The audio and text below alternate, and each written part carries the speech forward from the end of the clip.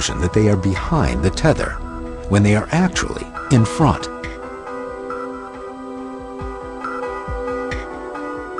So you've mimicked a UFO? Yeah. Okay.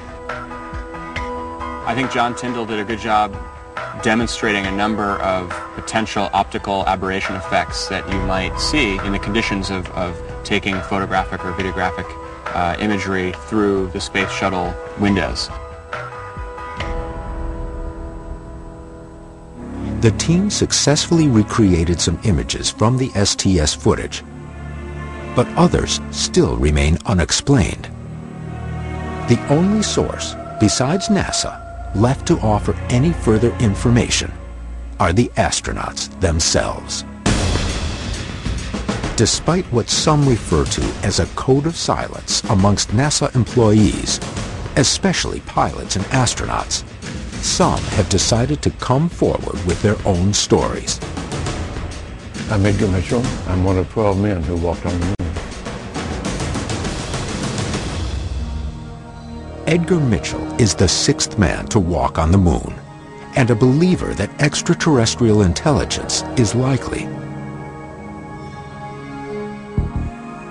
So, Dr. Mitchell, you are not the first astronaut to speak out about UFOs and extraterrestrials. Can you tell me about some of the others? Through talking with astronauts and individuals in both government and intelligence agencies over the years, I'm quite confident we have been visited. The notion that we're alone in the universe becomes absurd. Because you have to be so highly skilled to be an astronaut, do you think that these reports of UFOs should be taken very seriously? Virtually all of the sightings by pilots and test pilots should be considered credible. Mitchell suggests that government agencies like NASA are not telling the entire truth.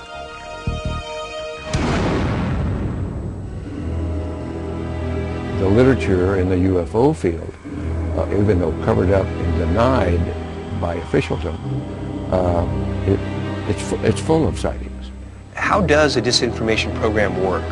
The standard tactic has been releasing a little bit of valid information with a great deal of false information to cast aspersions and to cast doubt on the real information. Most people in government don't know anything more about this than the man on the street.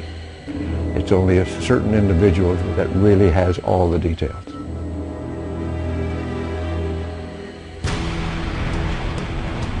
What is NASA's goal in their continuing silence regarding UFOs? Are they ignoring a subject they have no interest in? Or holding back the real information? The team digs deeper into astronaut testimony. I'm Dr. Brian O'Leary, former NASA astronaut. Not only is the phenomenon very real, but there's also a very elaborate cover-up.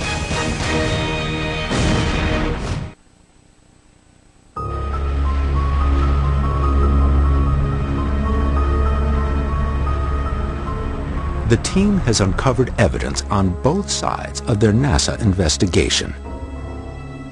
Evidence that may explain reported astronaut sightings and NASA videos.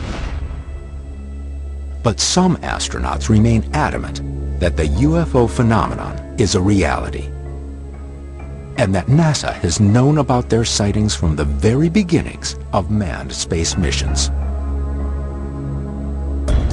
NASA pilot Joseph Walker told the National Conference on the Peaceful Uses of Space Search that he had filmed 5 cylindrical objects during his historic flight in April 1962, when his X-15 climbed 50 miles above the Earth's surface.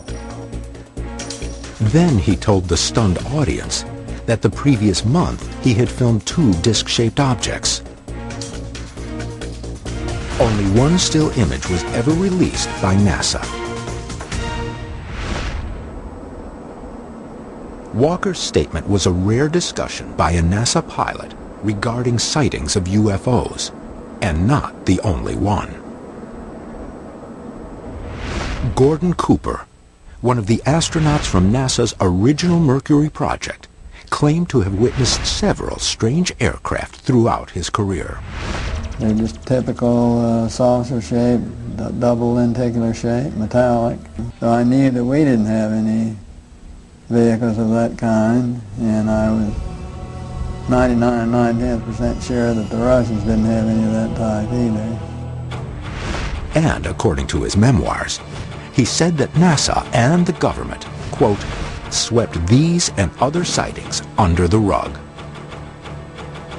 Gordon Cooper was very bitter that the secret had been kept from the American public, and he went so far as to address the United Nations about this topic.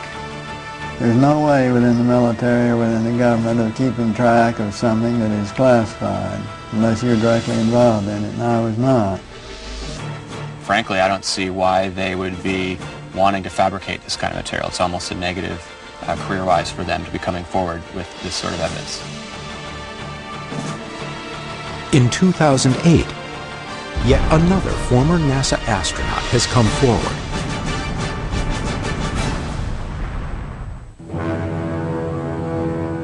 I'm Dr. Brian O'Leary, former NASA astronaut. Not only is the phenomenon very real, but there's also a very elaborate cover-up. Brian O'Leary, a NASA astronaut from 1967 to 1968, originally slated for a manned mission to Mars, has also come forward. But he wasn't always a believer.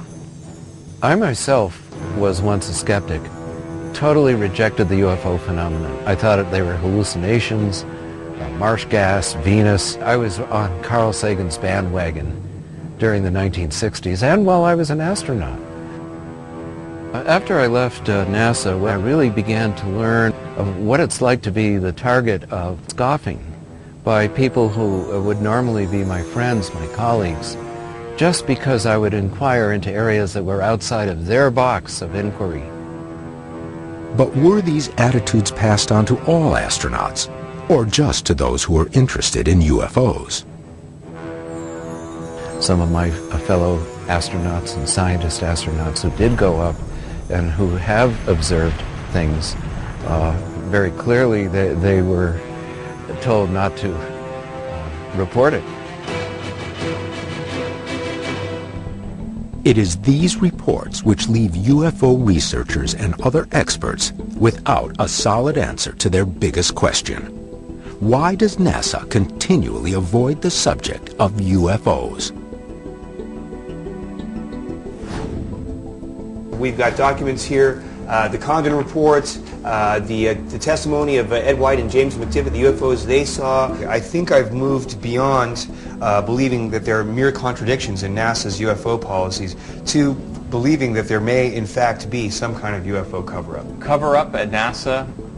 I doubt it. I'm not sure there is that much on record to cover up at NASA, besides some of these sort of very spurious videos and a few testimonies. What about the testimony of the astronauts themselves? I mean, can you ignore that?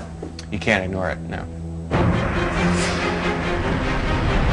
Has NASA already gained knowledge of extraterrestrial intelligence?